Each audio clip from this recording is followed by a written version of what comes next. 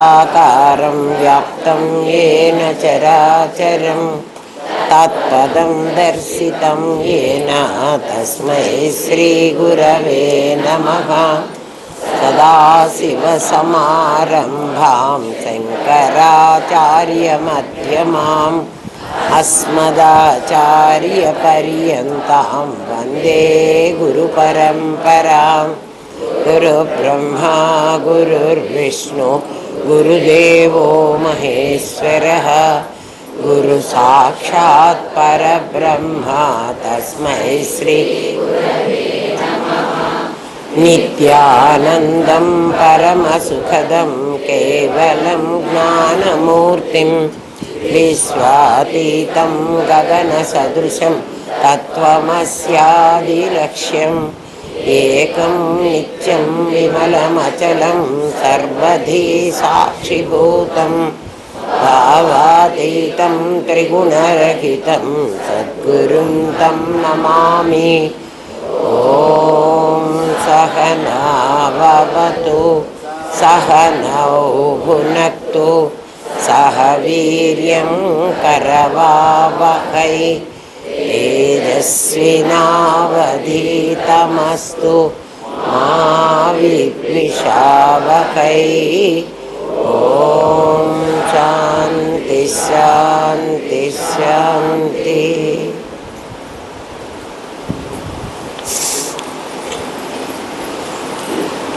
నిన్న మీకు అకార ఉకార మకారాలు కదా, పరమాత్మ స్వరూపం అవ్యక్తమైన శక్తి వ్యక్తమైనప్పుడు ప్రపంచంగా పరిణమిస్తుంది, వ్యక్తం కానప్పుడు పరమాత్మగా ఉంటుంది.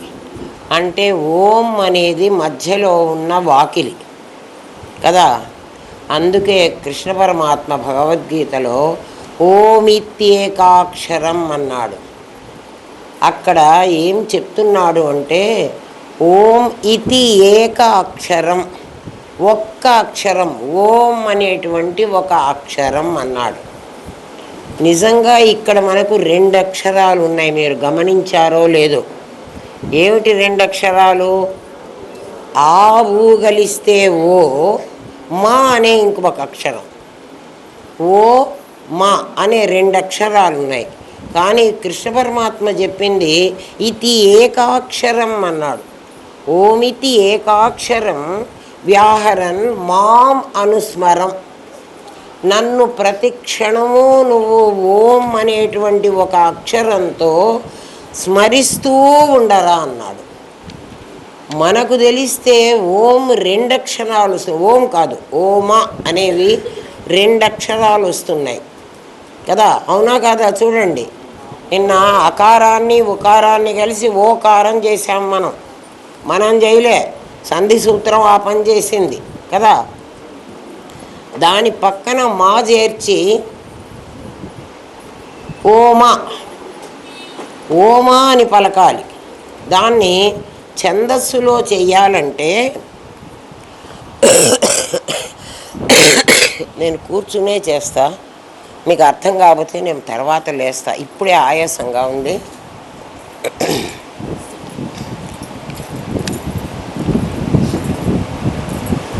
దీన్నే ఛందస్సులో రాయాలంటే, ఛందస్సు అని మీరు నేర్చుకుని ఉంటారు కదా. భరణ భభరవ ఉత్పలమాల నజభజ చచర చెంపకమాల, మీకు అప్పుడు అంతే చెబుతారు, ఆ టీచర్లకు కూడా అంతే వచ్చు కాబట్టి కదా. ఛందస్సు చెయ్యాలంటే నేను ఇటు తిరుగుతా, నా దగ్గర మైక్ ఉండదు, మీరు ఒక్కసారి చూడండి. ఈ ఓని ఈ గుర్తుతో పెడతాం, కనపడుతోందా? మైక్ ఇయ్యండ్రా, అవుతుంది. దీనికి దీర్ఘాక్షరం కాదు కాబట్టి దీనికి తలకట్టు పెట్టాం. అమ్మా ఓమా అని. కానీ పరమాత్మ చెప్పింది ఓం. మనమందరం కూడా ఓం అని పలుకుతున్నాం. ఓ తర్వాత ఒక అర్ధమాత్రే పలకాలి, పూర్తి అక్షరం పలకడానికి వీల్లేదు. ఎందుకు వీల్లేదు అంటే చాలా జాగ్రత్తగా వినండి, ఎవరికీ తెలియదు ఈ సంగతి. రామనాథం గారి శిష్యులకు మాత్రమే తెలుస్తుంది, మిగిలిన వాళ్ళకి తెలియదు. ఎందుకంటే అది రామనాథం గారు రివీల్ చేశారు కాబట్టి. అందుకే చెప్పనీయకుండా అమ్మవారు ఆపుతోంది.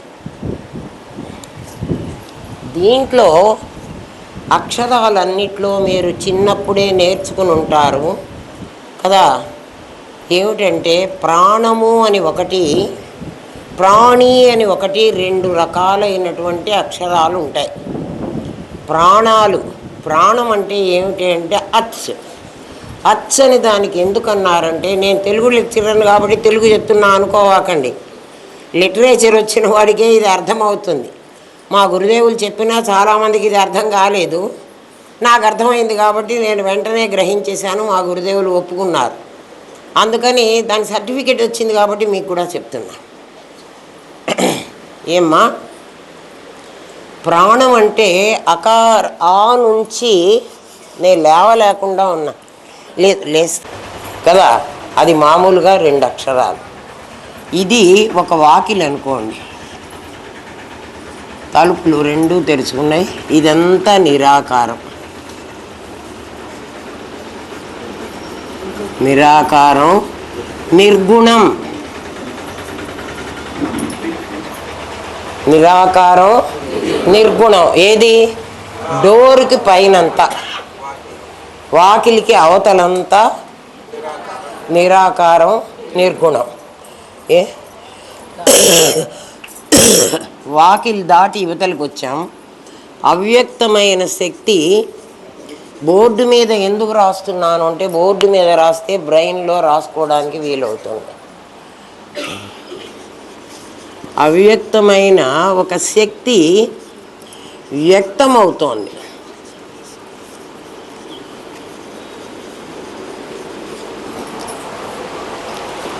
లోపల అవ్యక్తంగా ఉంటుంది. అది ఎట్లా అవ్యక్తం అవుతుందంటే, మీరు మామూలుగా అందరు కూర్చొని ఉన్నారు, మీ లోపల నుంచి మీకు ఒక థాట్ వస్తుంది, ఆలోచన వచ్చింది అంటున్నారు.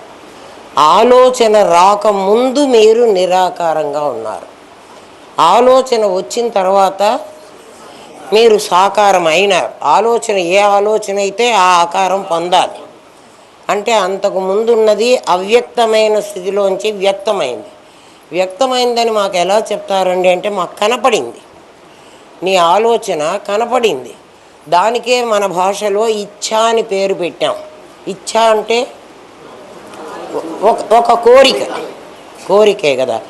ఏమని కోరిక అంటే, ఈ ప్రపంచంలోకి నేను భానుమతి అనే పేరుతో రావాలి. మీకు అందరికీ అర్థమవుతుంది. అది నా కోరిక.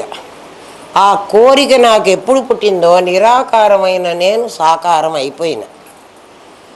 నాకు ఆ కోరిక నెరవేర్చుకోవడానికి 3 మనుషులు కావాలి. ఎవరు కావాలి? ఒకడు బ్రహ్మ కావాలి, వీళ్ళు నా తల్లిదండ్రులు. ఈ కోరిక ప్రకారం నాకు ఒక రూపాన్ని ఇవ్వగలరు వాళ్ళు. ఏమ్మా, రూపాన్ని ఇవ్వాలంటే నాకు అమ్మా నాన్న కావాలి, ఊరికే నాకు రూపం రాదు. అప్పుడు వాళ్ళ స్థానం ఏమిటంటే బ్రహ్మస్థానం అనే మీకు చెప్పా. బ్రహ్మగారు ఇక్కడ, అక్కడ బ్రహ్మ లేడు. బ్రహ్మ ఎవరు అంటే మా నాన్నే బ్రహ్మ కదా, మా అమ్మే సరస్వతి. ఎందుకంటే వీళ్ళిద్దరూ కలిసి కదా నన్ను ఇక్కడికి తేవాలి. మళ్ళీ వాళ్ళిద్దరు ఎవరంటే ఇక్కడున్న సచ్చిత్తులే.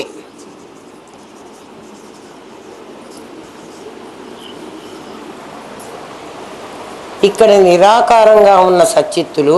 నాయన ముందు విను, విన్న తర్వాత బోర్డు మీద చూసి రాసుకో. ముందు వినకపోతే అర్థం కాదు, రాత మీద దృష్టి ఉంటుంది. సచ్చిత్తులు ఇక్కడికి వచ్చేప్పటికీ బ్రహ్మరూపం ధరించారు. ఇక్కడ మా లెక్క ప్రకారం నాకు ఎల్లంరాజు గారికి కూడా ఇదే ఆలోచన ఉంది. ఇంకెవరికన్నా వేరే ఆలోచన ఉండి దాన్ని సమర్థిస్తే మేము కూడా ఒప్పుకుంటాం. ఇక్కడ బ్రహ్మగారికి ఋషులు చెప్పిన ప్రకారం సత్వగుణం అన్నారు. సత్వరజస్తమో గుణాలు అంటారు, కానీ రజస్సు సత్వం తమస్సు అనరు. కానీ మొత్తం శాస్త్రం అంతా ఏం చెప్పిందంటే, బ్రహ్మగారు సృష్టి చేశారు అంది. సృష్టి చెయ్యాలంటే రజస్సు కావాలి. ఇది నా ఆలోచన. మహర్షులు ఎందుకు రాశారో అది మీకు అందరికీ తెలిస్తే నాకు కూడా చెప్తే నేను సంతోషపడతా. నేర్చుకోండి. ఏమ్మా, రజస్సు బ్రహ్మ కావాలి. ఎందుకంటే విష్ణువును చాలా చోట్ల ఆయన సత్వగుణ సంపన్నుడనే చెప్తున్నారు. కాబట్టి విష్ణువు సత్వం కావాలి.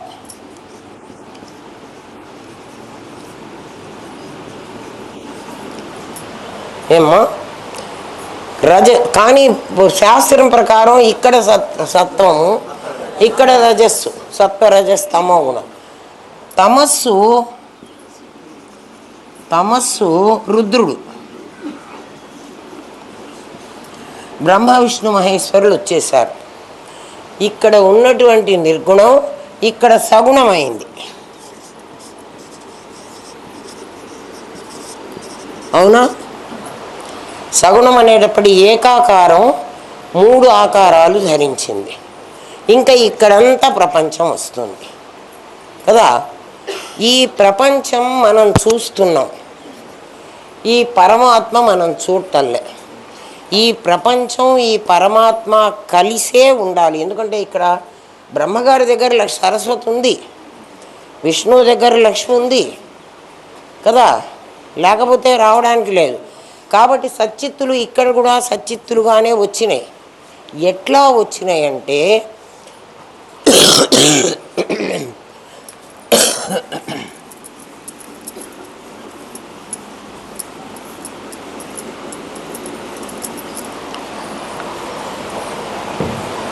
ఆ నుంచి అహా వరకు, అమ్మహ అంటామే, ఇవన్నీ వీటి పేరు ప్రాణము. అంటే ఇవి ప్రాణులు. ప్రాణులు అనకూడదు, ప్రాణమే అనాలి.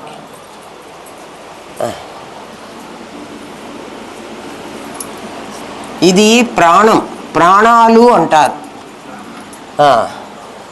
ప్రాణము లు, లులనాల సంధి వచ్చేసి మూ ప్లస్లో లు వస్తుంది. వజ్రాలు రత్నాలు లాగా ప్రాణాలు. ఆ లూలానాలు పరమైతే మువర్ణం లోపించి దాని ప్లేస్లో ఒక దీర్ఘం వస్తుంది. అంత తెలుగు మీకు అక్కర్లా. ఏమ్మా, వీటి పేరు ప్రాణం. ప్రాణం అంటే ప్రాణాలు అని అర్థం. అంటే ప్లూరల్ నెంబర్ ఉంది కదా, ఇవి ప్రాణం. ప్రాణి ఉంది. ప్రాణి అంటే ప్రాణము కలది, దీని లోపల ప్రాణం ఉంది. ఎవరంటే కకారాది క్షకారాంతం, కా మొదలు క్షా వరకు అవన్నీ ప్రాణులు. మనం అంటే వీళ్ళల్లో ఎవరు ఉంటారంటే ఒక జడం ఉంటుంది, ఒక చేతనం ఉంటుంది. జడాని పేరు క్, చేతనం పేరు ఆ. జడం పేరు క్, చేతనం పేరు ఈ, కి, కా. గుణింతమంతా రాసుకోండి మీరు. కా గుణింతమంతా రాసుకోండి. అందులో ఏమేమి ఉన్నాయి? ఒక జడం ఉంది, ఒక చేతనం ఉంది. జడం పైకి కనిపిస్తుంది, చేతనం లోపల ఉంటుంది. ఈ జడం మీ నాది, మీ అందరి నాది జడం. ఏమేమిటి? అన్ని కానించి అర్థమైందా? వాటన్నిట్లో కూడా తప్పకుండా ఒక ప్రాణం ఉండాలి. ప్రాణం లేకపోతే పలకడానికి రావు. ప్రాణం ఉంటేనే పలకడానికి వస్తుంది. ఒక జడము ఒక చేతనము కలిసి ఈ ప్రపంచంలోకి వచ్చి నామరూపాత్మకంగా ఇంతమందిగా తయారైంది. మీ అందరిలో ఒక జడముంది, ఒక ఎలా ఉందండి మీరు చూపించండి అంటే భరత్ అనేటువంటి వీడి పేరు ఇక్కడ రాస్తా, మళ్ళీ చెరిపేస్తా.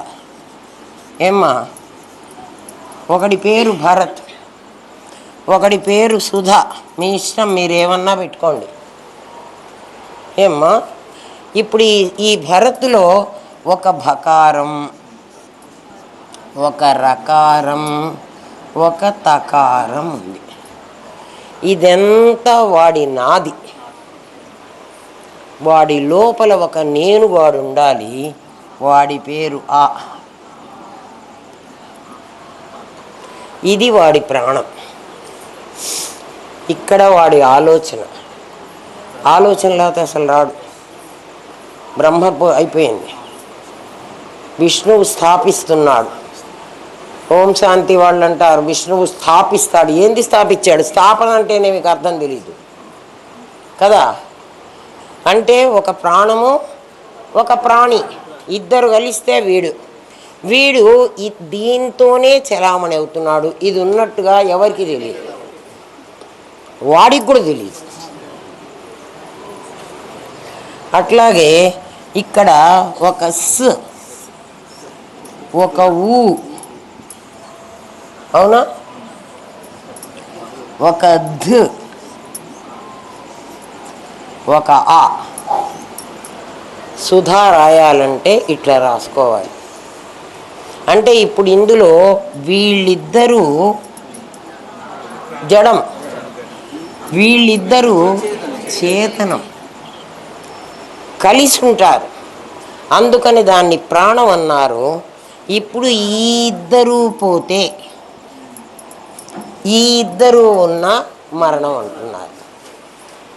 ఇప్పుడు చచ్చిపోయినాం అంటున్నారా? ప్రాణం పోతే, అవునా కాదా? కదా. ఏం పోయింది మన దగ్గర నుంచి? ప్రాణం పోయింది. మరి చైతన్యం పోయిందంటే ప్రాణం, ఇది ప్రాణం కదురా. చైతన్యం ఇక్కడ ఉన్నప్పుడే, ఇక్కడికి వచ్చేటప్పటికి మనం దాన్ని ఏం ప్రాణం అన్నాం కదా. మరి వీటిని మాకు చిన్నప్పుడు మీరేమో ఇక్కడ ప్రాణం అని చెబుతున్నారు, ఇక్కడ ప్రాణి అని చెబుతున్నారు. మాకు చిన్నప్పుడు అచ్చులు హల్లులు అని చెప్పారు కదండి.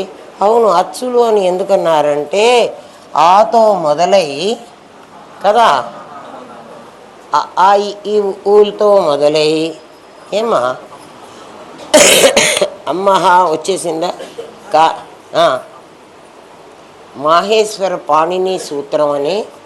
మహేశ్వరుడు భాష లేని రోజుల్లో ఋషులందరూ కలిసి ఈశ్వరుడి దగ్గరికి వెళ్ళారట. అయ్యా, మా భావాన్ని వ్యక్తం చేయాలంటే మాకు మాటలు కావాలి, మాటలు మాకు రావు, ఎలా మేము భావాన్ని వ్యక్తం చేయాలి అని అడిగారు.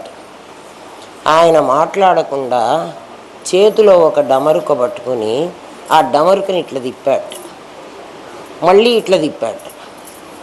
తిప్పుతున్నాడు. డమరుకకి ఏముంటాయి? ఈ తట్టు ఒక దారం కట్టి ఒక పూస, ఈ తట్టు ఒక ఇట్లా తిప్పినప్పుడు ఐ ఉన్ అని శబ్దం వచ్చిందిట. ఒరే ఒరే గుర్తు పెట్టుకుంటారా ఆయన ఎందుకు చెప్తున్నాడు అని ఒక ఋషి ఇంకో ఋషికి చెప్పేశాడు. ఐ ఉన్ అని చెప్పాడు. వాడు రాసే అంటే బ్రెయిన్లోనే పుస్తకాలు కళాలు లేవు. రెండో వాడికి మళ్ళీ ఆయన రెండోసారి తిప్పేశాడు. డ్యాన్స్ కదా ఆయనది అంత వ్యవహారం, నాట్యం చేస్తాడు. రిలుక్ అన్నట్ట. వాడు ఇంకోటి రాసుకున్నాడు, రాసుకోలే బ్రెయిన్. ఏ ఓంగ్ అన్నట్ట, ఐ ఔచ్ అన్నట్ట. ఇంకా వరసన చాలా ఇట్లా తిప్పడంలో ఈ సౌండ్స్ వచ్చినాయి. దాంట్లో ఐ ఉన్ రులుక్ ఏ ఓంగ్ ఐ ఔచ్ అనే దాంట్లో లాస్ట్ వర్డ్ చ్. ఫస్ట్ది ఆ ఉచ్చు కలిస్తే అచ్, అవన్నీ అచ్చులైన. మహేశ్వర సూత్రం చెప్తా ఉండండి. తెలుగు లెక్చరర్లకి రాదు ధ్యానం, అది పడిపోతుందేమో. ఇదిగో ఐ ఉన్, అయ్యేమిటి ఇది పడిపోతుంది అమ్మాయి, ఇక్కడ పడుతోందిరా చూడండి అన్న.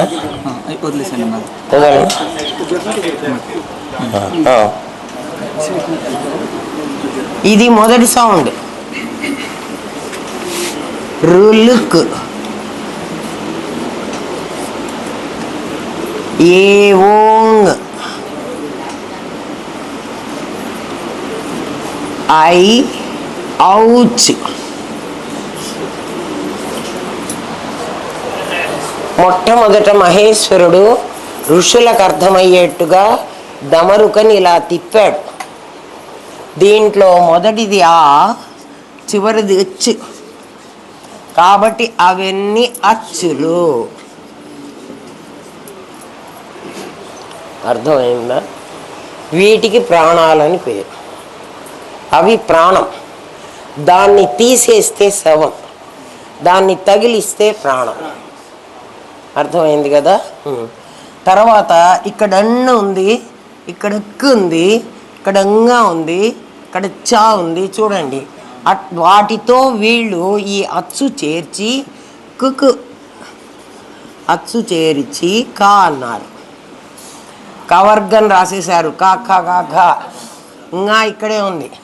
ఇవన్నీ అనునాసికాలు తర్వాత వస్తాయి, చివరి అక్షరాలు. ఏమా చు చేర్చి ఆ చేర్చి చ కాచేట తప్ప వచ్చినాయి. అవన్నీ హల్లులు. మీరు అక్షరాలు నేర్చుకున్నారు. ఇవి 1వ క్లాసులో చెప్తారు కదా. అంటే ఇప్పుడు మనం 1వ క్లాసులో ఉన్నాం. అర్థమైందా? అది ఏ రోజు వస్తే ఆ రోజు 1వ క్లాసే, తప్పే ఉంది. ఏమ్మా ఇది భాష. తెరిపేద్దామా? నాయన రాసుకున్నావా? రాసుకోలే కదా, అయ్యో పాపం. ఇక్కడ తెరుపుతాలే, అది రాసుకో.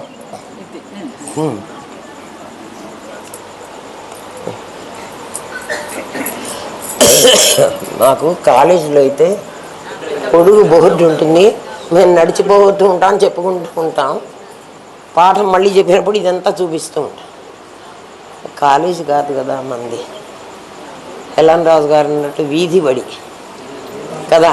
వీధి బడిలోనే చదువు బాగా వస్తుంది.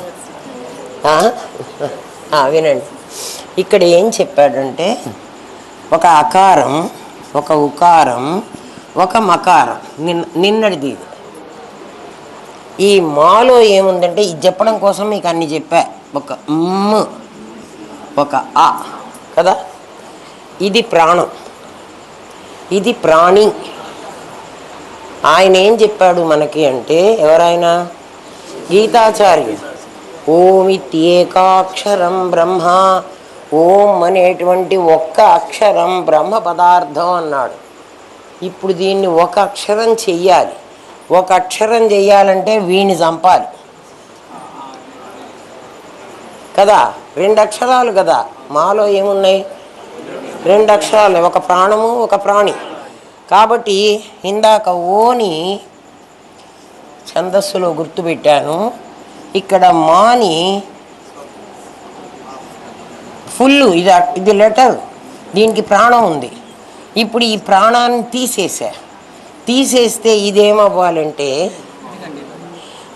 ఇది దీని మీదనే డిపెండ్ అవ్వాలి. దీనికి ప్రాణం లేదు. ప్రాణం లేనప్పుడు వీడేం చేయాలంటే అర్ధమాత్రగా మిగలాలి. మిగిలితే అప్పుడు ఈ 2 కలిసి ఒకటే అవుతాయి. ఎందుకని ఒకటే అవుతాయంటే, ఆల్రెడీ ఇది దీర్ఘాక్షరం కాబట్టి ఇది దీర్ఘం కావాలి. దానికి సున్నబెట్టినా కూడా ఈ 2 వల్ల ఇది ఒకటే అవుతుంది. ఇప్పుడు అర్థమైందా? ఓమితి ఏకాక్షరం బ్రహ్మ. ఏకాక్షరమే బ్రహ్మ. ఓలో అర్ధమాత్రమే కలుపుకో, ఫుల్ మాత్ర కలపవాకు. ఎందుకండి ఫుల్ మాత్ర కలపద్దన్నారు? అర్ధమాత్ర కలిపి మీ ఇష్టం వచ్చినట్టు ప్రాణాలు తీసేస్తూ ఉంటారా, కూనీలు చేస్తారా అని అడిగితే, కాదు నాయనా, నీకు సృష్టి ఇక్కడి నుంచి మొదలైందని చెప్పాం కదా. అవునా? వాకిలికి అవతల సృష్టి లేదు, యువతల సృష్టి ఉంది. సృష్టి కావాలంటే మా పలకండి, మా అనే అక్షరం పలకండి. పలికినప్పుడు ఏమవుతుందంటే ఆ తెరిచారు నోరు, ఓం అనండి. నోరు తెరవలే కదా. నోరు తెరవలేదంటే ఇక్కడికి పోతారు, తెరిచారంటే ప్రపంచంలో. మన ఋషులు ఎంత గొప్పవాళ్ళు కదా. వాళ్ళు ఇంత పెద్దది రాసేసి ఇట్లా డీకోడ్ చేయలే, బ్రెయిన్ నుంచి బ్రెయిన్కి పంపించేశారు కదా. వాళ్ళకి ఎన్ని నమస్కారాలు పెడితే అదేముంది ఇదేముంది, ఫారిన్ నుంచి మనం చాలా దిగుమతి చేసుకుంటాం. 100 దిగుమతి చేసుకోండి ఫారిన్ నుంచి, వాళ్ళకేం తెలుసు ఇది? ఒక్కడిని అడుగు ఓమిత్ ఏకాక్షరం అని ఎందుకన్నాడు రా అని చెబుతారేమో. అది ఏకాక్షరం 2 అక్షరాలు అయితే ఒకటి ఎందుకన్నారు రా అని అడగండి, తెలియదు. ఇది నిజమా అబద్ధమా? మళ్ళీ ఏమండి మీరు మీ లాజిక్ చెప్పేశారు, ఇది నిజమా అబద్ధమా? ఏమని చెప్పాడు? ఓంకారం బిందు సంయుక్తం నిత్యం ధ్యాయంతి యోగినః కామదం మోక్షదం చైవ ఓంకారాయ నమో నమః. ఆ ఓం అనేటువంటి అక్షరం గేహళీ దీపము అంటారు. ఇక్కడ పెట్టిన దీపంలాగా, గడప మీద పెట్టిన దీపంలాగా, గడప మీద పెట్టిన దీపం ఏమవుతుంది? బయటికి వెలుగిస్తుంది. అది ఓమిత్యేకాక్షరం బ్రహ్మ వ్యాహరన్. గురుదేవా అమ్మా అర్థమైందా నాయన?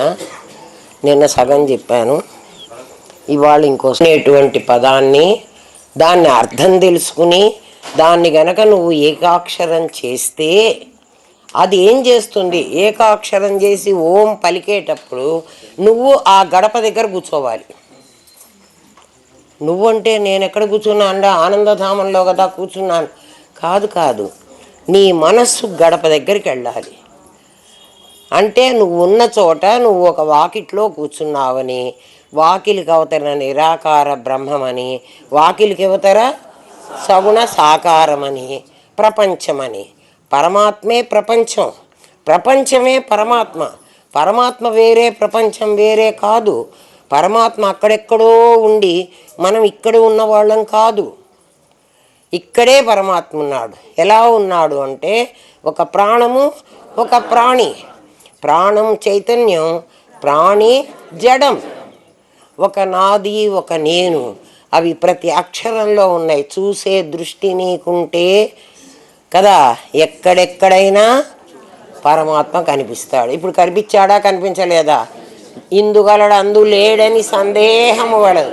భరత్లో ఉన్నాడు, రవిలో ఉన్నాడు, రమణలో ఉన్నాడు, రమేష్లో ఉన్నాడు. ఉన్నాడా లేడా? ఎక్కడున్నాడు చెప్పండి? ఎట్లా ఉన్నాడు? ప్రాణంగా ఉన్నాడు. అర్థమైందా? దా నాయన, ఎప్పుడు ఈ బెలూన్ కాస్త టప్ అంటుందో నాకే తెలియదు. ఆ తర్వాత మీకు చెప్పేవాడు మాత్రం ఎవడు దొరకడు. ఎల్ఎన్ రాజు గారు పోతే ఇవాళ దొరకరు కదా. నేను పోయినా అంతే, ఎవడు పోయినా అంతే. ఉండంగానే ఆ ట్రెజర్ని మనం అంతా ప్రిజర్వ్ చేసి పెట్టుకోవాలి. మరి మీరు మీ ఇష్టం, ఏదో ఊరికే చెప్తున్నారు కదా కూర్చోబెట్టి, మనం మంచి అతనేంది వినిపోదాంలే, మనకేం పని అనుకుంటే మీ కర్మ. మన ఋషులు అలా అనుకుంటే మనకి ఇన్ని తెలిసేవి కావు కదా. మరి అది అర్థం చేసుకోవాలి కదరా. ఇక్కడ ఏం జరుగుతోందంటే ఇంద్రుడు అంటే జీవుడు. ఇప్పుడు మీకు అర్థమైంది కదా, ఇంద్రుడు అంటే జీవుడు, మనమే. జీవుడు అంటే ఎవరు?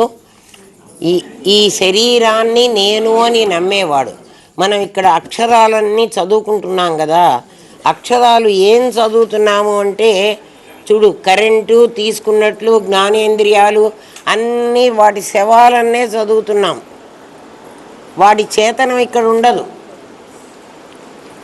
కదా. కా అనే అక్షరం ఇక్కడ చదువుతున్నామంటే ఆ ఇందులో ఉండదు.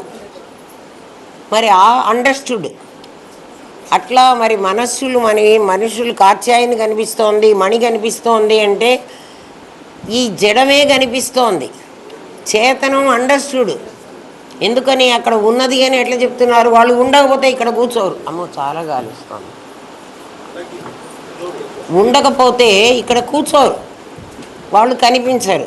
అంటే మనం పుస్తకాల్లో రాసే అక్షరాలన్నీ ప్రాణం ఉన్నవి కాదు. ప్రాణం ఉన్నవే, కానీ మనకు కనబడుతున్నది మాత్రం శవాలే. శవాలనే మనం చదువుకుంటున్నాం, అర్థమవుతోంది కదా. దీన్ని నేను అని నమ్మిన వాడు ఇంద్రుడు.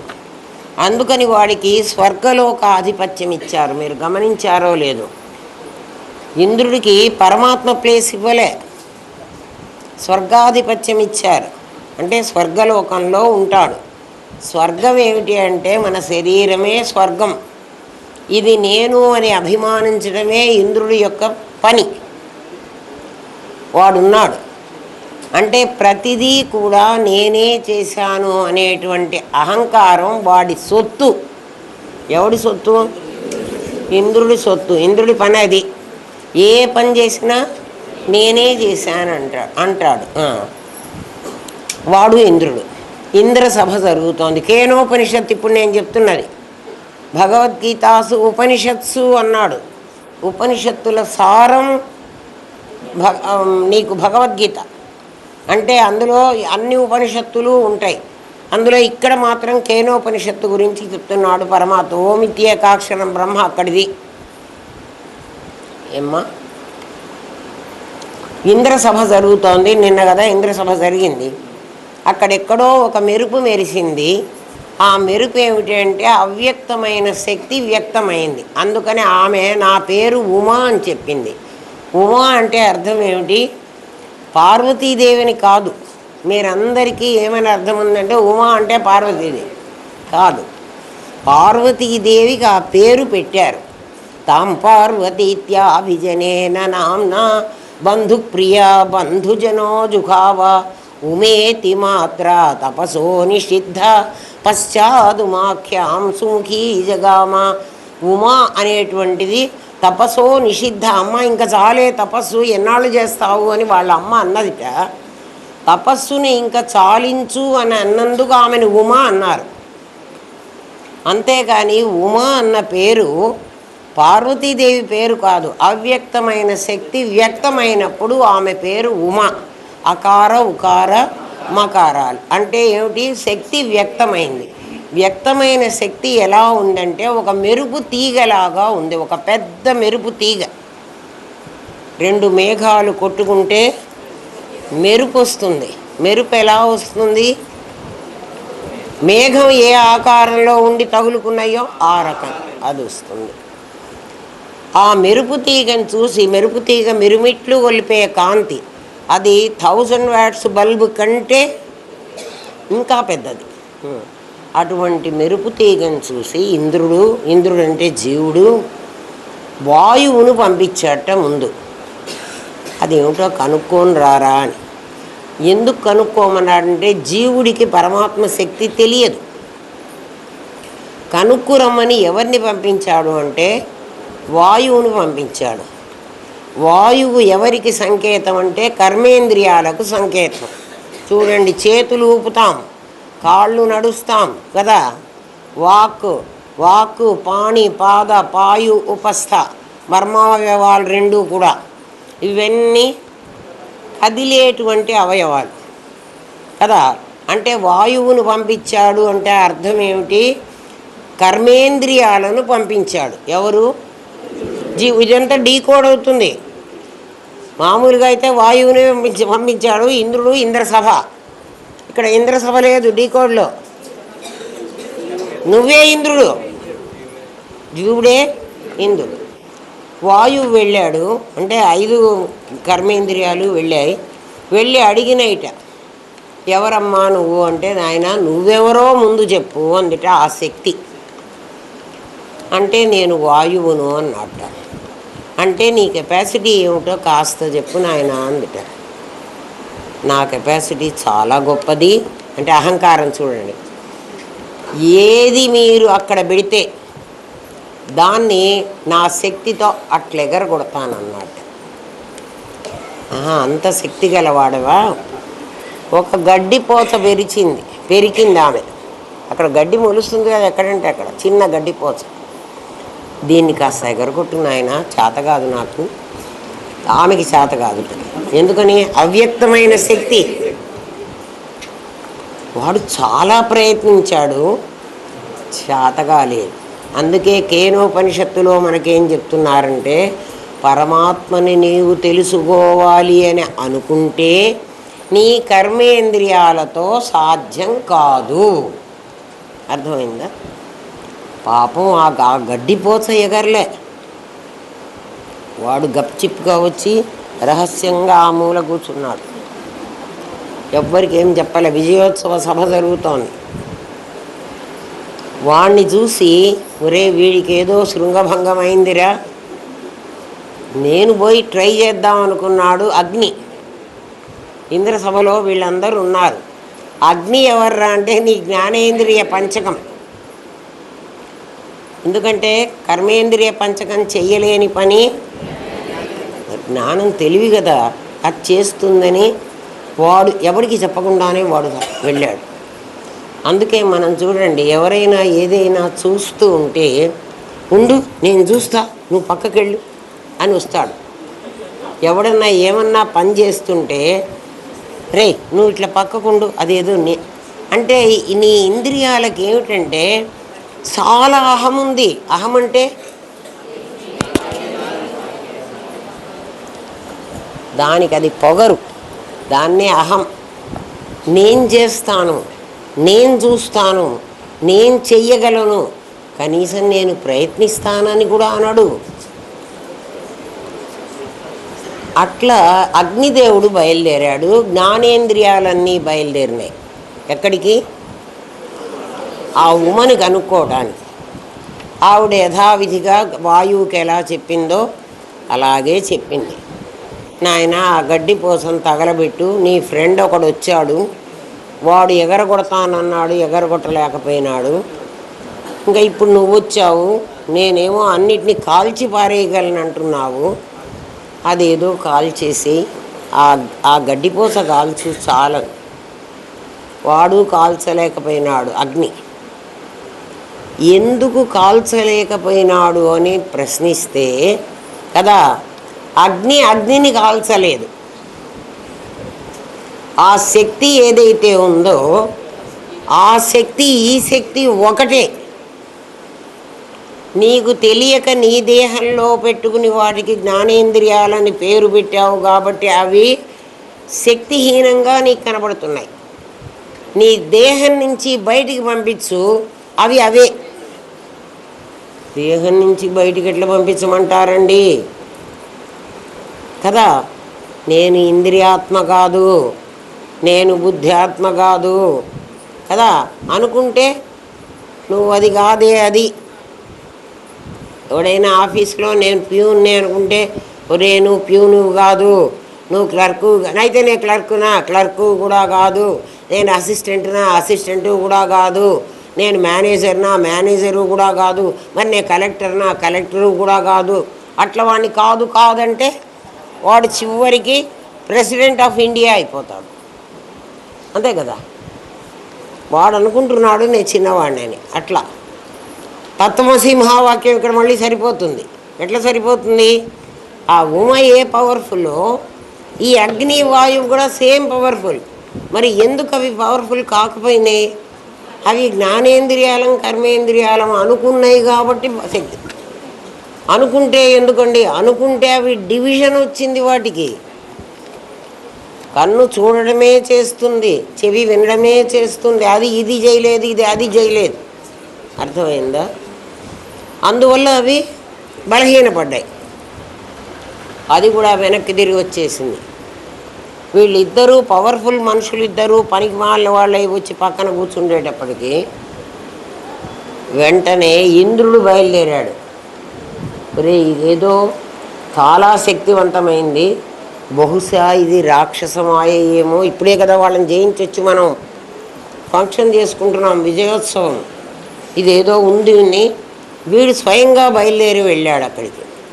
వెళ్ళేప్పటికీ ఆవిడ అంతర్ధానం అయిపోయింది, మాయమైపోయింది. ఎందుకు మాయమైంది అంటే జీవో బ్రహ్మైవ, జీవుడు బ్రహ్మము వేరు కాదు. ఆ సంగతి ఇంద్రుడు అక్కడికి వెళ్ళి ఈ శక్తి ఏదో నాకు తెలియాలని కళ్ళు మూసుకొని ధ్యానం చేస్తూ కూర్చున్నాడు. అప్పుడు ఆ శక్తి ఏమైపోయింది? అతనిలో లయమైంది. అప్పుడు ఇంద్రుడికి అర్థమైంది. అగ్నికి అర్థం కాలేదు, వాయువుకి అర్థం కాలేదు, ఇంద్రుడికి అర్థమైంది. కాబట్టి దీనికి ఈ కేనోపనిషత్తు నీకేం చెప్తోంది? నీ జ్ఞానేంద్రియాలతో నీ కర్మేంద్రియాలతో నువ్వు తెలుసుకోవడానికి వీల్లేదు అంటే దీనికి ఇంకో మాట కూడా అర్థం అవ్వాలి. జ్ఞానేంద్రియాలు కర్మేంద్రియాలు కాక మనస్సు అనేటువంటి ఏకాదశ ఇంద్రియం ఉంది నీకు. మనస్సు అనే ఏకాదశ ఇంద్రియంతో కూడా సాధ్యం కాదు. అందుకని ధ్యానంతో పరమాత్మను పట్టుకోలేవు. అది నేను ధ్యానం చేశాను, ధ్యానంతో పట్టుకోలేవని కేనోపనిషత్తు చెప్తోంది.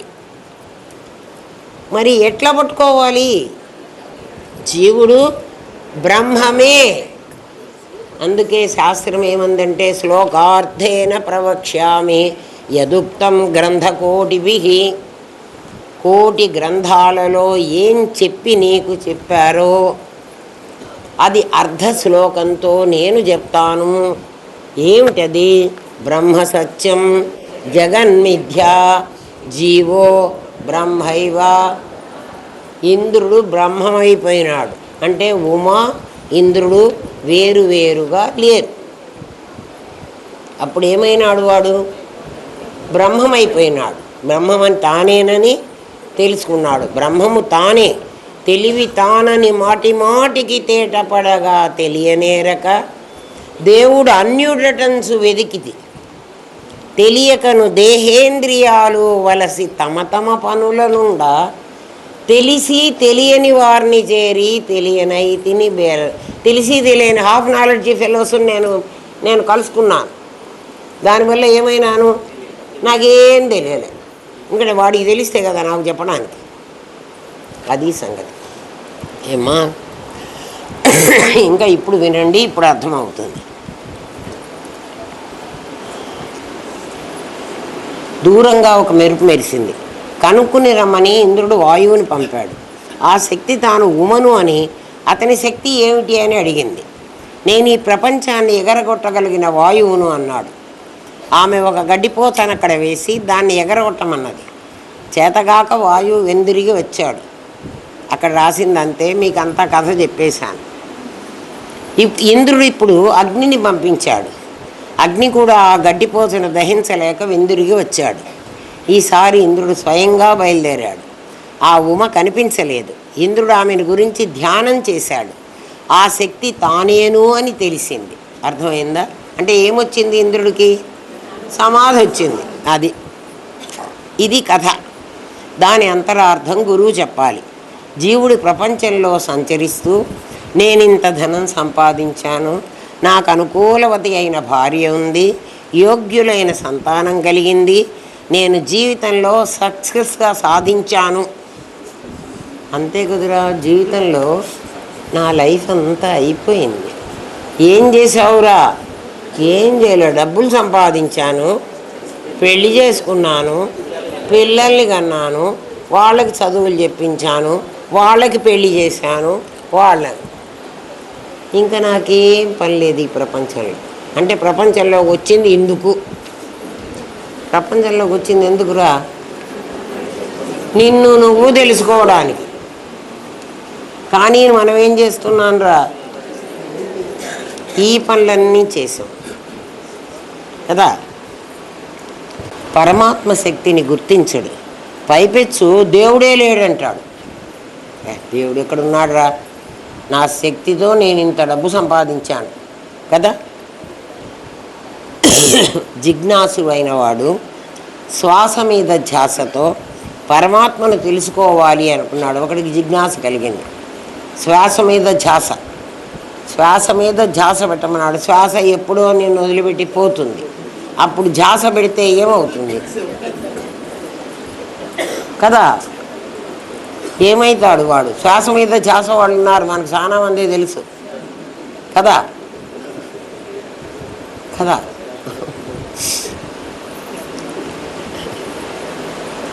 ప్రాణానికి ఆ శక్తి చాలలేదు.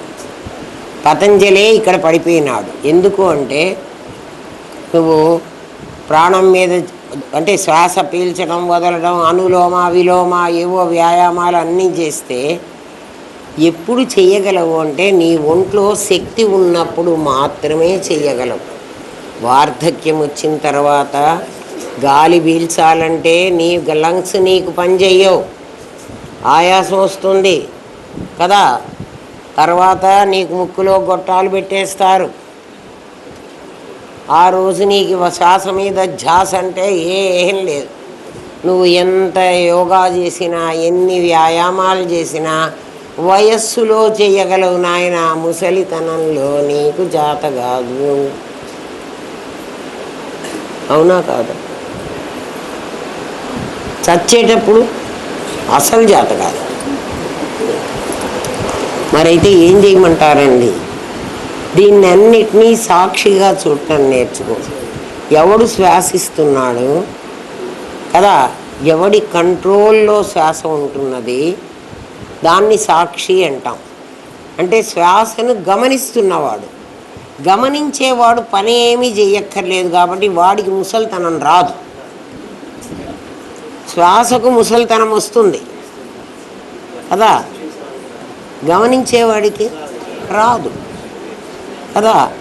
సినిమా ఎప్పుడైనా అయిపోతుంది, సినిమా చూసేవాడు అయిపోడు. అంతే, సాక్షి అంటే అదే. 3 గంటలు అయిన తర్వాత సినిమా అయిపోతుంది. ఎండ్ కార్డు పడిన తర్వాత లైట్లు వెలుగుతాయి. లైట్లు వెలగక ముందు, అంటే లైట్లు వెలుగున్నప్పుడు సినిమా చూసేవాడు వచ్చాడు, సినిమా ప్రారంభాన్ని చూశాడు, సినిమా అంతాన్ని కూడా చూశాడు. తాను మొదటున్నవాడు, ఇప్పుడు లైట్లు పడ్డాక ఉన్నవాడు ఒకడే ఉంటాడు. వీడు అయిపోవడం ఉండదు. వెంటనే వీళ్ళు లేచేమంటాడు, సినిమా అయిపోయింది అంటే నీ సినిమాని చూసేవాడివి నీవు. నువ్వెక్కడున్నావు? వెనకున్నావు కదా, సాక్షిగా ఉన్నావు. వాడి మీద ధ్యాస పెట్టుకో. యోగాలు గీగాలు చేస్తే అన్ని గీగే అవుతుంది, ఏమీ లాభం లేదు. అందుకే శంకర భగవత్పాదులు అందరినీ ఖండించాడు, పతంజలిని కూడా. పతంజలి కంటే యోగా చేసిన వాడు ఎవడున్నాడు రా నాయన కదా. ఏమ్మా, ఇంద్రియాల ద్వారా యోగా చేసి పరమాత్మను తెలుసుకోవడానికి ప్రయత్నిస్తారు. రాదు, పరమాత్మ అట్లా తెలియబడడు. శరీర ఆరోగ్యం, మానసిక ఆరోగ్యం బాగుంటుందేమో కానీ పరమాత్మ తెలియబడడు. నువ్వేం చేసినా తెలియబడడు. దీన్ని బట్టి అద్వైతం ఏం చేస్తోంది అంటే మిగిలిన అన్ని మతాలను ఖండించింది. మీ ఇష్టం వచ్చిన మతం ఇప్పుడు రకరకాల పుట్టగొడుగుల్లాగా పుట్టుకొచ్చినాయి కదా. వాళ్ళకి అసలు వాళ్ళదే తెలియదు. పైగా భగవద్గీతకు విపరీత అర్థాలు చెబుతున్నారు. మరి ఏ డిక్షనరీలో నుంచి నేర్చుకున్నారో మనకు తెలియదు. పైగా మనకు తెలియదని చెప్తారు వాళ్ళు. వాళ్ళతో అసలు అలాంటి వాళ్ళతో వాదించడం అనవసరం, మనకు అక్కర్లేదు. ఎవడికి వాడు తెలుసుకోండి. నువ్వు తెలుసుకున్నది సత్యము అని ఎప్పుడు నీకు అనిపించాలంటే నీలో ఉన్నవాడు సర్టిఫై చెయ్యాలి, ఎవడో కాదు. నీలో ఉన్నవాడు నాకు అర్థం కాలేదనన్నా వాడు చెప్పాలి, అర్థమైందనన్నా. తెలుసు తెలియదు అని గ్రహించే తెలివి ఒకటే, అది నీ దగ్గరుంది. నీ దగ్గరున్న తెలివిని నువ్వు ఉపయోగించుకో. డబ్బులు నా దగ్గర ఉన్నాయిరా, డబ్బులు పెట్టి నేను విషం కొనుక్కోవచ్చు, తాగడానికి డ్రింక్స్ కొనుక్కోవచ్చు కదా, అమృతం కూడా కొనుక్కోవచ్చు. నా దగ్గర డబ్బులు ఉన్నాయి, నా దగ్గర శక్తి ఉంది. దాన్ని దేనికి ఉపయోగించాలి? నా ఇష్టం. నేను పతనం అయిపోవాలంటే పతనం కావచ్చు, నా శక్తిని ఉపయోగించుకొని. లేకపోతే నేను అత్యున్నతమైన స్థితికి సంపాదించుకొని నేనే పరమాత్మను నిర్ణయించుకోవచ్చు. అది నీ ఇష్టం. ఏమ్మా, ఇంద్రుడు జీవుడు దేహానికి అతిరిక్తంగా ఉన్న జ్ఞానాన్ని తెలుసుకోవడానికి మనస్సును ఉపయోగించాడు.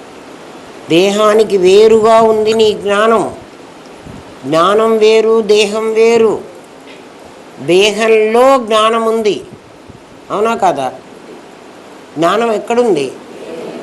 దేహంలో ఉంది. ఆ దేహం ఉంటుంది, జ్ఞానం పోతుంది. ఒకటి కదిలే రాయి, ఒకటి కదలని రాయి, కర్మంతా పొడి కావటానికి. ఏమా ధ్యానం చేశాడు ఇంద్రుడు. ఆ ఉమ బ్రహ్మ విద్య, ఆ మహాశక్తి అంతర్ధానమైంది. అంతర్ధానమైంది అంటే ఆవిడ మాయమవల, అది అతనిలో లయమైంది. అంటే ఆ ఇంద్రుడు, ఆ జీవుడు ఏమైనాడు? బ్రహ్మమైనాడు కదా. దేహంగా వాడే ఉన్నాడు. బ్రహ్మాకార వృత్తి అతని మనస్సు పొందింది. మన మనస్సు అంతకుముందు దేహాకార వృత్తి పొందింది. వాసనానుసారం కోడి అయింది, నెమలైంది. తర్వాత తాను బ్రహ్మమేనని తెలిస్తే బ్రహ్మమే అయింది. అప్పుడు బ్రహ్మాకార వృత్తి అది. అంటే దేహాకార వృత్తి, బ్రహ్మాకార వృత్తి. ఉప్పు బొమ్మ సముద్రపు లోతు కనుక్కోవడానికి వెళ్ళి తాను సముద్రమే అయిపోయింది. ఉప్పుతో బొమ్మ తయారు చేశాడు ఒకడు. జీవుడు బ్రహ్మం ఎలా అవుతాడు అన్న ప్రశ్నకి ఇది జవాబు. జీవుడు బ్రహ్మం ఎట్లా అవుతాడండి? జీవుడు జీవుడు కదా, దేవుడు దేవుడు కదా. వైష్ణవులందరూ చెప్పేది అదే, ద్వైతులందరూ చెప్పేది అదే. జీవుడు దేవుడు కావడానికి వీల్లేదు అని కదా. వైష్ణవులు ఎవ్వరూ దేవుడిని ఒప్పుకోరు కదా. జీవుడు జీవుడే, దేవుడు దేవుడే. ఎందుకంటే అక్షరాలు పైన చూస్తున్నారు, ప్రాణాలు చూడడం వాళ్ళకి రాలే. వాళ్ళు కూడా చదువుకున్నారు. ఉప్పు బొమ్మ ఋషులు ఇచ్చిన ఉపమానమే ఇది. సముద్రపు నీరు ఉప్పగా ఉంటుంది. ఆ ఉప్పుతో ఒక బొమ్మని తయారు చేశాడు ఒక మానవుడు. ఆ బొమ్మ గొంతుకు తాడుగట్టి సముద్రం ఎంత లోతుందో కనుక్కునిరా అని ఉప్పు బొమ్మను సముద్రంలో వదిలాడు, తాడు చేతిలో పట్టుకొని. కొంతసేపటికి తాడు చేతికి వచ్చింది, ఉప్పు కరిగిపోయింది. అట్లా బ్రహ్మమును తెలుసుకోనిరా అని నీ బ్రహ్మాకార వృత్తి అయిన నీ మనస్సును పంపిస్తే, మరి మనస్సు బ్రహ్మం కాదు కదండి, అది ఎలా తెలుసుకుందండి అని మీరు వెంటనే అడగాలి. అడగాలంటే నీలో, సాధకుల్లో క్వశ్చన్ రావాలి. మనస్సు అనేది విడిగా లేదు, ఉప్పు అనేది విడిగా లేదు, అది సముద్రంలో పార్ట్. అట్లా పరమాత్మలో భాగమే నీ 24. అందులో మనస్సు కూడా ఒకటి. అంటే పరమాత్మే మనస్సుగా నీకు కనపడుతున్నాడు. ఎప్పటిదాకా నేను జీవుణ్ణి అనుకుంటావో అప్పటిదాకా వాడు మనస్సే అని అనుకుంటాడు. జీవుడిది మనస్సు కదా. మీరు ఆలోచించండిగా, నా దగ్గర గాజులు ఉన్నాయి, గొలుసు ఉంది కదా.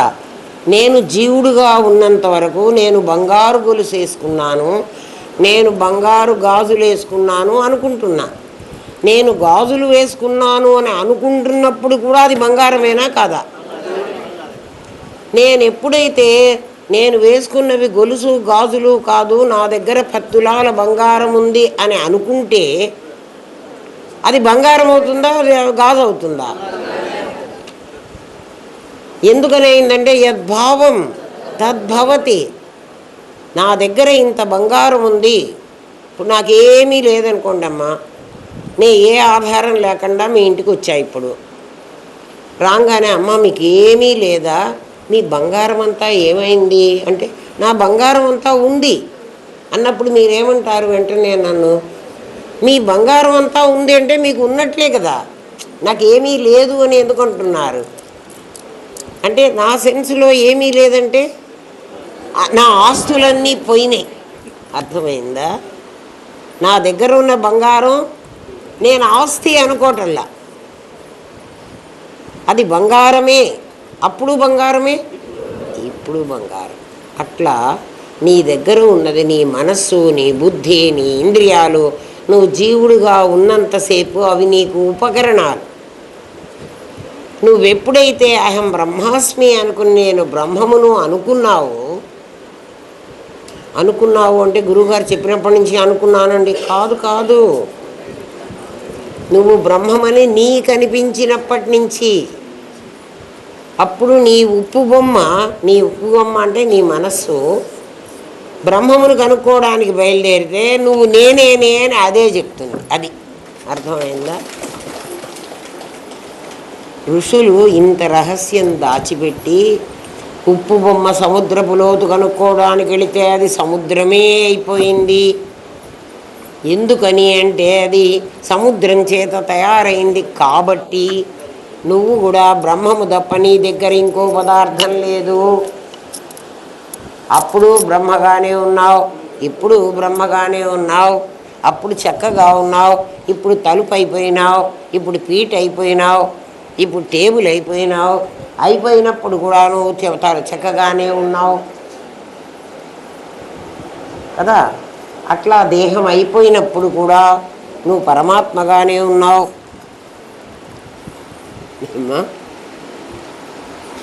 నా అన్యపంథ అయనాయ విద్యతే. ఇది తెలుసుకోవడానికి నాయన ఇంకా ఈ ప్రపంచంలో ఎన్నెన్నో మార్గాలు, ఎంతెంతో మంది గురువులు ఉన్నారు. నా అన్యపంథ, ఇంకొక మార్గం లేదు. దేనికి? విద్యతే అయనాయ, దీన్ని తెలుసుకోవడానికి ఒకటే మార్గం ఉంది. ట్రెడిషనల్ వే, సంప్రదాయేశ్వరి, అది అమ్మవారు చెప్పిన ఒకే ఒక మార్గం. ఆ మార్గంలో వెళితేనే నీకు అమ్మవారు దొరుకుతుంది, లేకపోతే దొరకదు. కలకత్తా నుంచి బయలుదేరింది కాళీ, కలకత్తా నుంచి బయలుదేరదు, ఇక్కడిక్కడ ఉద్భవిస్తుంది. మన సనాతన ధర్మం ఏం చెప్తోంది? ప్రతి రాయి శివుడే. భారతదేశంలో ప్రతి రాయి శివుడే. ఏమిటో అంటాడు, కంకడ్ కంకడమే శంకర్ హై. ప్రతి రాతిలో శివుడు ఉన్నట్ట చూసేవాడికి, చూడలేని వాడికి రాయి. అది వాళ్ళు సనాతన ధర్మంలో పాట పాడతారు కదా, ప్రతి బాలిక ఒక దేవత ప్రతిమే, ప్రతి బాలుడు ఒక రఘురాముడే కదా. ప్రతి బాలిక ఒక దేవత ప్రతిమే. అట్లా చేస్తే ఎత్ర నార్యస్తు పూజ్యంతే రమంతే తత్ర దేవత. ఎక్కడ ఆడవాళ్ళు పూజింపబడతారో అక్కడ దేవతలందరూ సంతోషపడతారట. అంటే దేవతలందరూ ఎక్కడున్నారు అంటే ఆడవాళ్ళలోనే ఉన్నారా, మగవాళ్ళలో లేరా? ఇక్కడ మీరు అర్థం చేసుకోవాలి. మళ్ళీ ఆడవాళ్ళు ఎవరు, మగవాళ్ళు ఎవరు? అక్షరాలన్నీ ఆడవాళ్ళు, ప్రాణమంతా మరి సచ్చిత్తులరా. అద్వైతం తెలిసిన వాడు మళ్ళీ పాత ఒకటో క్లాస్కి వెళ్ళవాకండి. అర్థమైందా?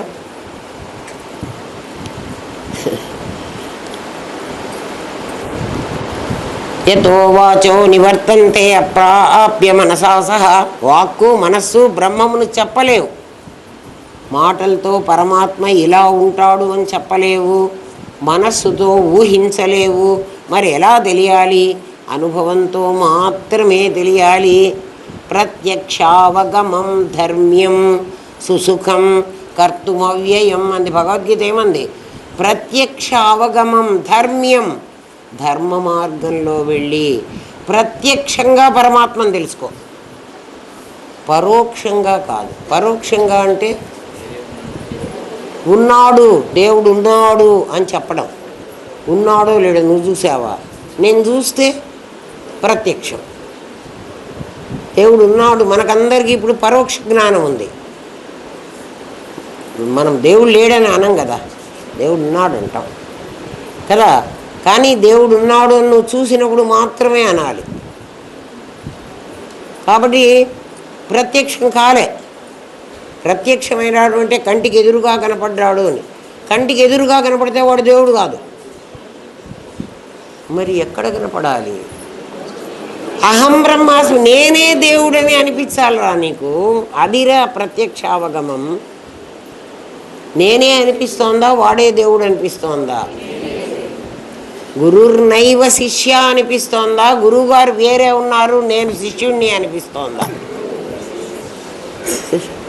గురువు గారు వేరే ఉన్నారు, నేను శిష్యుడిని అంటే నీకు తెలియలే. ఎప్పుడు ఆ స్థితి వస్తుంది నీకు? గురు బ్రహ్మ గురు విష్ణు గురుదేవో అన్నంత వరకు రాదు.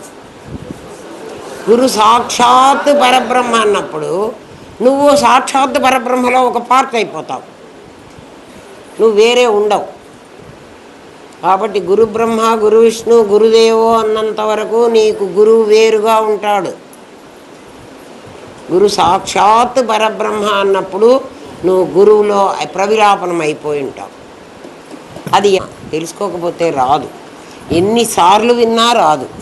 ఎప్పటికప్పుడు చాలా బాగుంటుంది, కానీ నిలబడలేవు, జారిపోతుంది, మళ్ళీ పట్టుకుంటూ ఉండాలి. పిల్లవాడు, మనం అందరం బాగా నడుస్తున్నాం ఇప్పుడు, కానీ పిల్లవాడు నడిచేటప్పుడు ఎన్నిసార్లు కింద పడతాడా పడడా?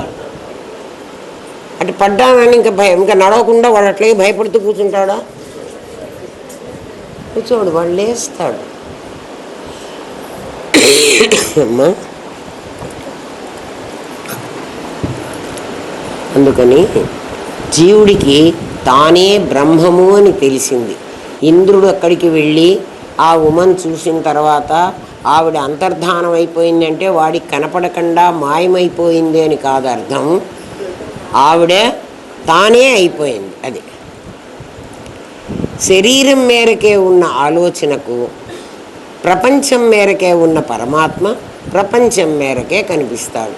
నువ్వేమనుకుంటున్నావు అంటే, నేను ఈ శరీరం లోపల ఈశ్వర సర్వదేహానాం హృద్దేశే అర్జున తిష్టతి. అర్జున, ఈశ్వరుడు నీ లోపల అంటే నీ లిమిటెడ్ బాడీ లోపల ఈశ్వరుడు ఉన్నాడు అని నువ్వు అనుకున్నప్పుడు, నా లోపల దేవుడు ఉన్నాడు, నేనే దేవుణ్ణి అని అనుకుంటే అహం బ్రహ్మాస్మి అంటున్నావు కదా. ఫస్ట్ స్టేజ్ నీకు అదే కదా.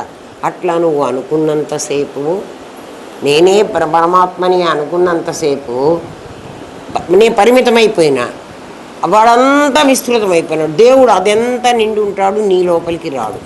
నువ్వు అనుకుంటున్నావు, నీ లోపలికి రాడు. ఎందుకని? నువ్వు పరిమితమైన దేహంలో బంధించుకున్నావు నిన్ను.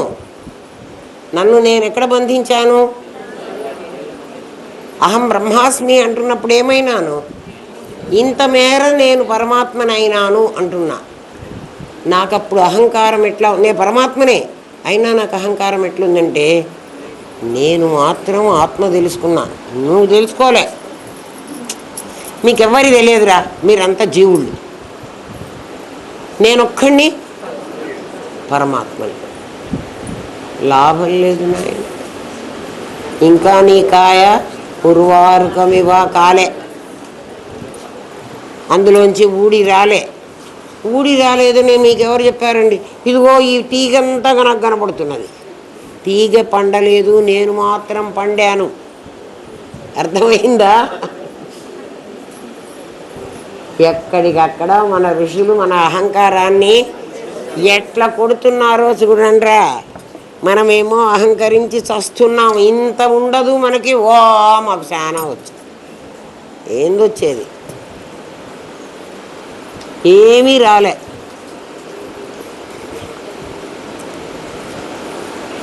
ఏమ్మా, జీవుడికి తానే బ్రహ్మమని తెలిసింది, కానీ శరీరం మేరకే ఉన్న నా ఆలోచన, ప్రపంచం మేరకే ఉన్న పరమాత్మ ప్రపంచం మేరకే కనిపిస్తాడు.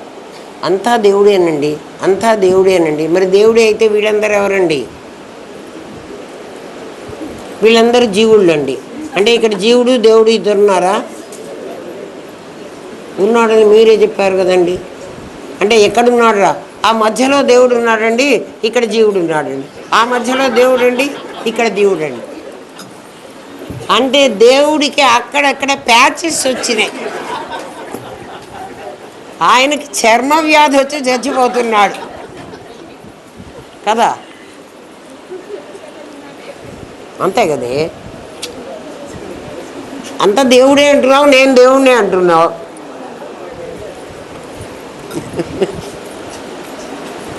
ఈ పుస్తకం మాత్రం ఎవడైనా అర్థం చేసుకుంటే, అర్థం చేసుకోకపోతే మామూలు పుస్తకమే. అర్థం చేసుకుంటే, కానీ మీరు అందరికీ 3 ఏళ్ల నాడు ఇస్తే మీ బీరువాల్లో దాక్కుని ఉంది పుస్తకం. దాంట్లో ఒక్క ముక్క బయటికి రాలే ఇప్పటి వరకు.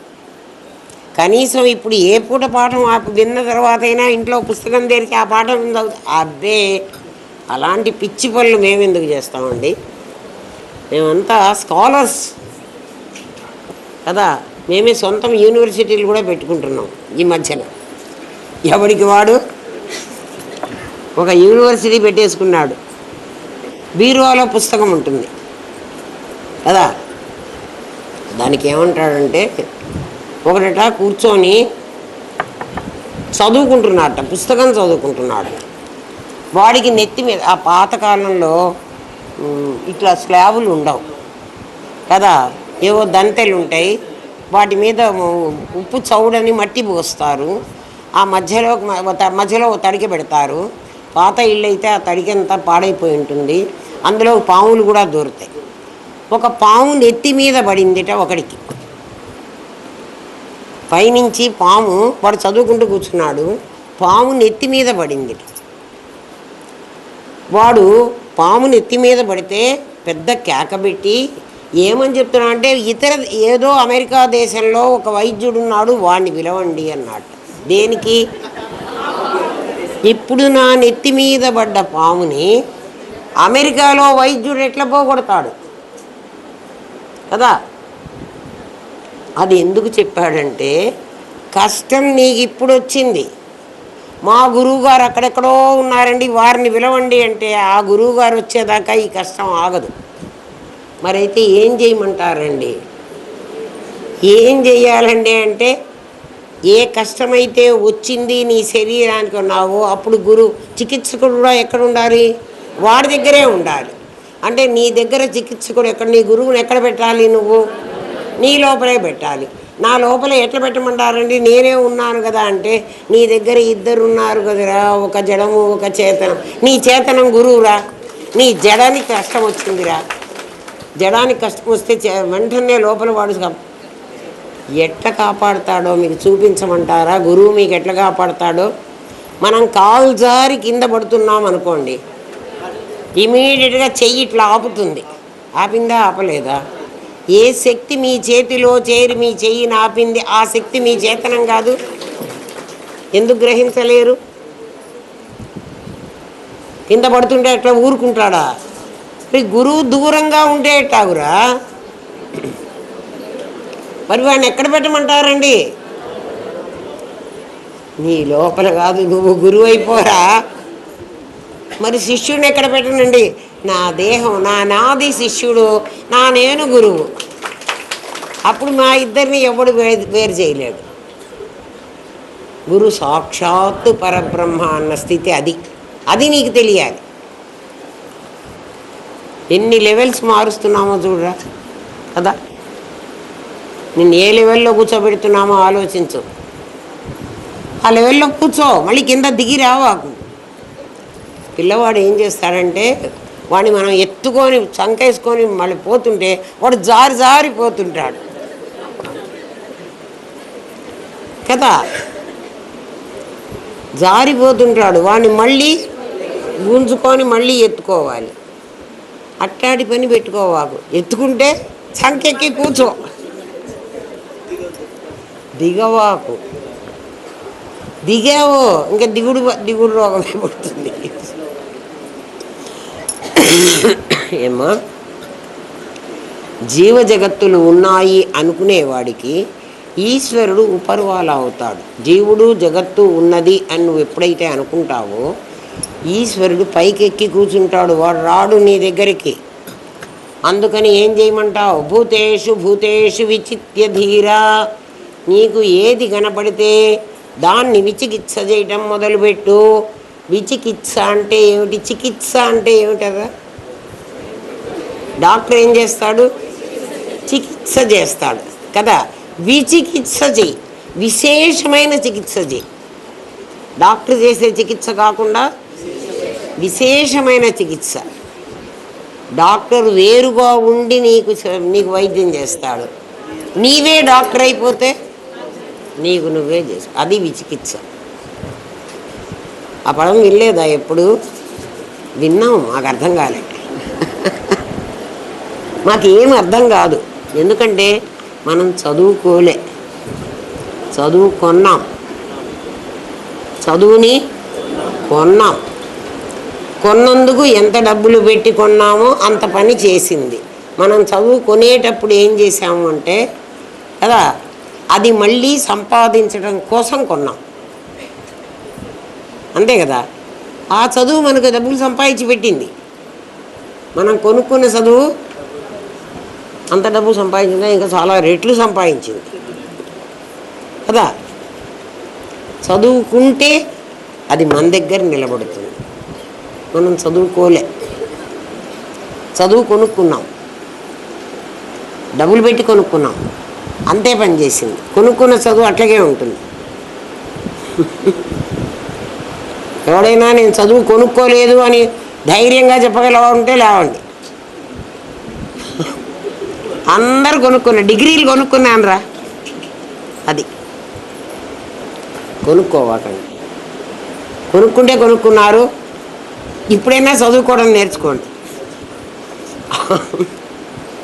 ఎందుకంటే ఆ కొనుక్కున్న డిగ్రీలతో కొనుక్కున్న డబ్బులు సంపాదించేసాం, అయిపోయింది. ఇంకా చదువుద్దు. ఇవాళ 1వ క్లాస్ చదువుకున్నాం కదా, అక్షరాలన్నీ వచ్చినాయి, గుణింతాలు కూడా వచ్చేసినాయి. ఇంకా ఇప్పుడు చదువుకోండి.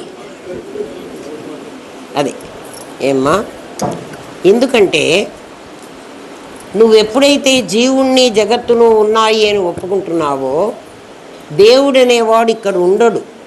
వాడు ఒరే ఇప్పుడు కాదు, నా అవసరం లేదు. నాటకంలో దేవుడి క్యారెక్టర్ కూడా ఉంటుంది. నాటకంలో జీవుడి క్యారెక్టర్తో పాటు దేవుడి క్యారెక్టర్ కూడా ఉంటుంది. దేవుడి క్యారెక్టర్ గ్రీన్ రూమ్లో ఉంటుంది. ఎప్పుడు అవసరం వస్తే అప్పుడు స్టేజ్ మీదకి వస్తాడు వాడు. ఎందుకంటే ఇప్పుడు నా పని లేదు. ఇప్పుడు మనం జీవుడు జగత్తు ఉంది అని అనుకున్నంత వరకు దేవుడు నా క్యారెక్టర్ ఇక్కడ ఊపర్వాల, నేను పైన ఉండాలి. అవసరం వచ్చినప్పుడు దిగుతాం. అవసరం ఎప్పుడు వస్తుందంటే వాడికి అప్పుడప్పుడు సర్వెంట్ లాగా నేను కావాల్సి వస్తా. వాడి కొడుకు ఏదన్నా జ్వరం వచ్చిందనుకో, దేవుడా నా కొడుకుని రక్షించు. అప్పుడు సరే ఆ టైంకి వచ్చి వాడిచ్చిన డబ్బులు ఏమన్నా నాకు సరిపోతే, ఎందుకంటే డీల్ కదా అది సరిపోతే ఆ పని చేసి పెడతా. లేకపోతే పోరా నీ ఇష్టం వచ్చిన నువ్వు వార్చుకో అని అంట. దేవుడు రాడట.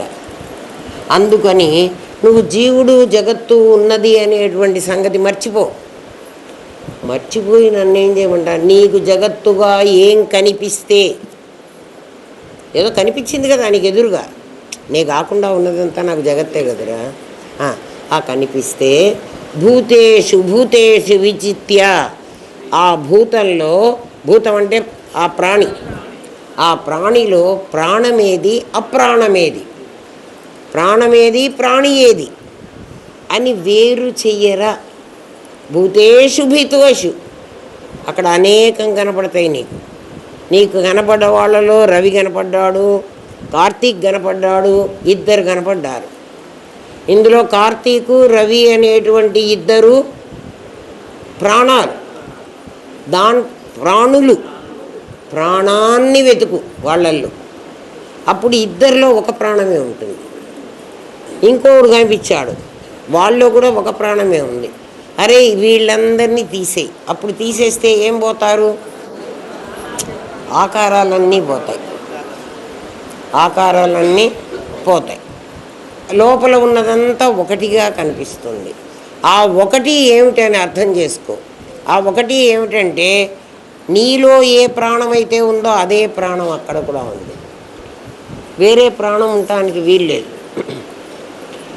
మరి వాడు 50 ఏళ్ళు బతికాడు, వీడు 70 ఏళ్ళు బతికాడు, వాడు 100 ఏళ్ళు బతికాడు కదండి, ప్రాణం అంతా ఒకటేనంటున్నారు అంటే ఆ దేహంలో ఉన్నప్పుడు మాత్రమే వాడు 50 ఏళ్ల వయస్సు, వాడు 40. నీకు ఎన్నేళ్ళు అని అడిగితే ఏం చెప్తావురా? నాకు 83 అన్నాను. 83 ఎవరికి? భూతేషు విచిత్య, దీన్ని పీకి అవతల పెట్టు, ప్రాణానికి వయస్సు లేదు. అది అర్థమైందా? ఎట్లా నన్ను చేయమంటారండి? ఇట్లా చెయ్యరా నాయన, ఇంకా ఇంతకంటే ఎవడు చెబుతాడురా? ఇంకా అసలు చెప్పక్కర్లే, రేపటి నుంచి మీరు ఎవ్వరు రాక్కర్లే. ఎందుకంటే ఇది అర్థమైతే ఇంకెందుకు రావడం కదా. ఇది హరికథ కాదు, మర్చిపోవడానికి. ఎందుకు హరికథ కాదు? ఇది చెప్తున్నప్పుడే నీ జీవుడు దాన్ని రిసీవ్ చేసేసుకున్నాడు. నువ్వు మళ్ళీ మర్చిపోతే నేను చెప్పలేను. మరి మళ్ళీ అదే ఎందుకురా వినాలి? నువ్వు మర్చిపోతావని కదా మళ్ళీ వినమంటావు. నువ్వు మర్చిపోకుండా దాచిపెట్టుకోరా. అర్థమైందా? భూతేషు విచిత్య. ఏమ్మా? అప్పుడేమవుతాను నేను? ధీరా. అప్పుడు నేను ధైర్యవంతుని అవుతా, లేకపోతే నేను అధైర్యవంతుని. ఎందుకురా నీకు ఇప్పుడు ధైర్యం? ఎందుకురా? నువ్వు ఉన్నవాడి ఒకటివి అయితే నీకు ధైర్యం ఎందుకురా కావాలి అంటే, ఆ యముడు వస్తే నేను జీవుణ్ణి అయితే వాడు ఎత్తుకుపోతాడు, నేను ఎలుకని వాడు పిల్లి. ఎవడు? యమధర్మరాజు. నేను ధీరా అయితే ఇప్పుడు ఏమవుతుంది? భూతేషు విచిత్య నాకు అలవాటు ఉంది కాబట్టి ఆ యమధర్మరాజు కూడా భూతేషు, వాళ్ళలో ఉండే ప్రాణం మళ్ళీ నాలో ఉండే ఒకటే. అప్పుడు తత్వమసి నాకు అనుభవానికి వస్తుంది. అహం బ్రహ్మ. ధైర్యంతో ప్రపంచాన్ని ఈశ్వరుడుగా గుర్తించి అప్పుడు ఈ ప్రపంచం అప్పుడు ఈశ్వరుడు అయిపోతుంది, నువ్వు జీవుడు అవుతావు. జీవేశ్వరులు ఇద్దరూ సమానం. ప్రతి వస్తువులో వెతకడం ప్రారంభించు. వస్తువులు చాలామంది కనపడతాయి. వస్తువు అంటే వసతి ఇది వస్తువు, ఉన్నదేదో అది వస్తువు. ఆ వస్తువులో ఉన్నదాన్ని చూడాలంటే కనిపించే నీలో శక్తి కావాలి. నీ శక్తి దాన్ని కనిపించేదాన్ని తనుగా గుర్తించగలుగుతుంది. ఇంకా ఇంతకంటే చెప్పలేనురా. నామరూపాల విశేష దృష్టిని మాని సామాన్య దృష్టితో వెతుక్కో. మొదటి చావు దేహం నేను కాదు అని చచ్చిపో. ప్రేత్యా అముష్మాన్ లోక అమృతా భవంతి. ప్రేత్యా చచ్చిపోరా. ఏం చావమంటావురా నాయన? దానికి ఎవరికో పుట్టినరోజు కూడా ఇవ్వాలి, చావమని చెప్పేస్తున్నాం. ఏం చావమంటున్నారంటే కదా, మొదట దేహము నేను కాదు అని చచ్చిపో. దేహభావన చంపేసి అది అప్పుడేమవుతావు అంటే అది మొదటి చావు. వ్యాపిస్తే నువ్వు నిరాకారం అయిపోతావు, సంకోచిస్తే నువ్వు సాకారం అయిపోతావు కదా. ఘటంలో ఉండే వరకు నీకు పరిమితమైన ఆకారం ఉంది, నీకు నిజంగా ఆకారం లేదు. కుండలో పోస్తే ఇదిగో నీళ్లకు ఆకారం వచ్చింది, నీళ్లకు నిజంగా ఆకారం లేదు. ఇది గ్లాస్ వదిలిపెట్టి కింద పోయి అంత వ్యాపిస్తుంది. ఏమ్మా? ఘటాకారాన్ని నీవనుకుని ఆ గ్లాస్ ఆకారం నేననుకుని ఆ నీళ్ళు ఏమైపోయినాయి? సంకుచితమైంది. నేను బయటికి రాగితే కానీ నాది ఏమ్మా మమ అంత వ్యాపించలేవు. నేను అహంని బయటికి లాగితే కానీ నాది వ్యాపించదు. నాది ఎట్లా వ్యాపిస్తుందండి? నాది 5 భూతాలతో ఉన్నది. ఎప్పుడు నేను లాగేశానో మరణం ఏమిటి? నేను లాగేశాం కదా, అప్పుడు నాది ఏమైపోయింది? విడివిడిగా ఉందా? అగ్నిలో, భూమిలో, వాయువులు అన్నీ కలిసిపోయాయి. అది కూడా వ్యాపించిపోయింది. నేనున్నంత వరకు అది వ్యాపించకుండా ఉంది. అది పూర్ణాహం. బ్రహ్మైవాహం కిల సద్గురు కృపయ. సద్గురు దయ వల్ల నేను బ్రహ్మైవాహం, నేను అహం బ్రహ్మాస్మి అని తెలుసుకున్నాను అని శంకరుడు చెప్పిన సదాశివ బ్రహ్మేంద్ర స్వామి ఒక పాట కూడా రాశాడు. బ్రహ్మైవాహం కిల సద్గురు కృపయా బ్రహ్మైవాహం కిల. ఆయన సదానంద స్వామి ఎవరు ఆయన బ్రహ్మ ఆ పాట, ఆయన పేరు గుర్తులేదు, ఇప్పుడే చెప్పాను మర్చిపోయినా. పాట ఉంది ఆయన అన్ని సంస్కృతంలో ఉంటాయి, త్యాగరాజ కృతుల్లాగా. బ్రహ్మైవాహం కిలా, నేను బ్రహ్మమును అని తెలుసుకున్నాను. ఎట్లా తెలుసుకున్నావయ్యా? సద్గురు కృపయ, గురువుగారి దయ వల్ల నేను తెలుసుకున్నాను అని చెప్పిన స్థితి అదే. సవికల్పమైన మనస్సుతో నువ్వు బ్రహ్మమును ఎప్పుడూ పట్టుకోలేవు. నిర్వికల్పమైన మనస్సును సంపాదించుకో. 103వ ప్రశ్న అయిపోయింది. ఇదంతా సాధనే. 96 నుంచి సాధనే. ఎంతవరకు ఎవడు సాధించుకోగలడో సాధించుకోండి. రేపు 104వ ప్రశ్న. భగవంతుడు ఈ ప్రపంచాన్ని సృష్టించాడంటారు కదా, దాన్ని అలా ఉంచక అప్పుడప్పుడు ఎందుకు లయం చేసుకుంటున్నాడు? వాడికి ఏం పిచ్చి రోగమా? అది ప్రశ్న. ఓం తత్సత్. స్వస్తి ప్రజాభ్య పరిపాలయంతాన్యాయేన మార్గేణ మహిన్మహేష. గోబ్రాహ్మణేభ్య శుభమస్తు నిత్యం. లోకా సమస్తా సుఖినో భవంతు. ఓం పూర్ణమదః పూర్ణమిదం పూర్ణాత్ పూర్ణముదచ్యతే. పూర్ణస్య పూర్ణమాదాయ పూర్ణమేవావశిష్యతే. ఓం శాంతి శాంతి శాంతి. ఓం నమో బ్రహ్మాదిభ్యో బ్రహ్మ విద్యా కర్తృభ్యో వంశ ఋషిభ్యో గురుభ్యో నమో మహద్భ్యః. సర్వోపద్రవరహిత ప్రజ్ఞానఘనః ప్రత్యగ బ్రహ్మైవాహమస్మి బ్రహ్మైవాహమస్మి బ్రహ్మైవాహమస్మి.